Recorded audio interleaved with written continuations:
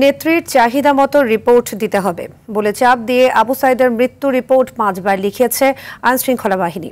তবে চতুর্থ রিপোর্টে গুলিতে মৃত্যু না লেখায় সেটি গ্রহণ করে তারা। মানবতা বিরোধী অপরাধের মামলায় শেখ হাসিনার বিরুদ্ধে দেয়া সাক্ষ্যতে এমন তথ্য দিয়েছেন আবু সাইদের মৃত্যুর রিপোর্ট প্রদানকারী সেই ডাক্তার। জিএম মাহমুদের রিপোর্টে বিস্তারিত।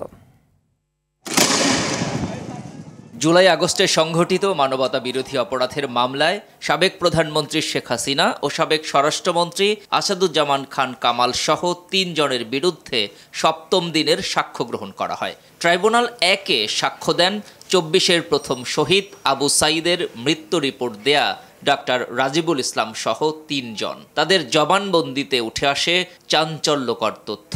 এই রিপোর্টটা মোট 5 বার দেওয়া হয়েছে। উনি 4টা রিপোর্ট আয়োগকে দিয়েছিলেন, একটা রিপোর্ট পুলিশ প্রশাসন তার কাছ থেকে ছিনিয়ে নিয়ে ডেস্ট্রয় করতে চেয়েছিল, সেটা অন্য জায়গায় সরানোর কারণে উনি ওটা দিতে পারেন। একই ট্রাইব্যুনাল 2013 সালের 5 মে শাপলা চত্বরে হেফাজতের সমাবেশে গণহত্যার মামলায় সাবেক আইজিপি AKM শহীদুল হক সহ গ্রেপ্তার 4 জনকে জেল হাজতে জিজ্ঞাসাবাদের অনুমতি দেয়।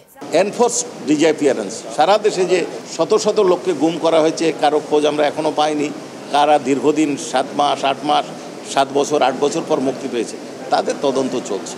আওয়ামী শাসনামলে সংঘটিত গুম ও খুনের এক মামলায় সাবেক সেনা কর্মকর্তা জিয়াউল আহসান সহ 11 জনের বিরুদ্ধে তদন্ত প্রতিবেদন দাখিলে সময় 2 মাস বাড়িয়েছে ট্রাইব্যুনাল। এছাড়া 2013 সালে গুম ও হত্যার আরেক মামলায় সাবেক জনপ্রশাসন মন্ত্রী ফরহাদ হোসেনকে গ্রেফতার দেখিয়ে কারাগারে পাঠানোর নির্দেশ দেয়া হয়।